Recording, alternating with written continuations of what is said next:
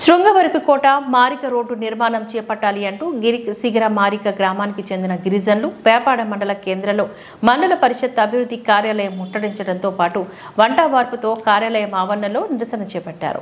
CPM జిల్లా నాయకుడు చల్లా జగన్ ఆధ్వర్యంలో చేపట్టిన ఈ ముట్టడిలో గిరిజనులు మాట్లాడారు. మారిక రోడ్డు నిర్మించేది ఎప్పుడు 78 ఏళ్ల స్వతంత్ర ఫలాలు గిరిజనులకు అందేదెప్పుడని మారిక గిరిజనులకు డిమాండ్ చేస్తూ ఈ నిరసన కార్యక్రమాన్ని వంటవార్పుతో చేపట్టారు.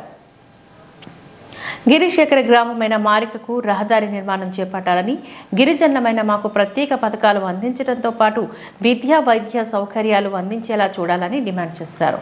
ఈ విషయంపై స్పందించిన తహసీల్దార్ జె రాములమ్మ, ఎంపీడీఓ సిహెచ్ సూర్యనారాయణను పంచాయతీరాజ్ ప్రత్యేక వింగ్ కొత్తవలస ఏఈ ఐశ్వర్యను పిలిపించి గిరిజనులతో మాట్లాడించారు.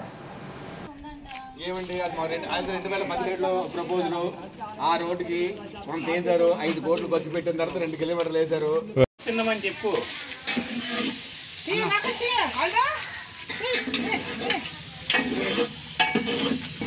మళ్ళీ కొంచెం కానీ చెప్తాను చెప్తే మళ్ళీ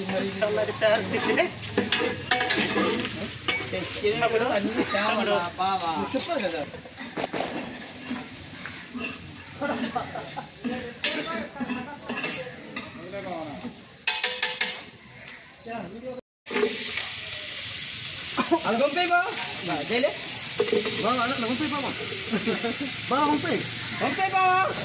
నీకు చెప్తున్నారు కాదు కాదు నీకు చెప్తున్నావు.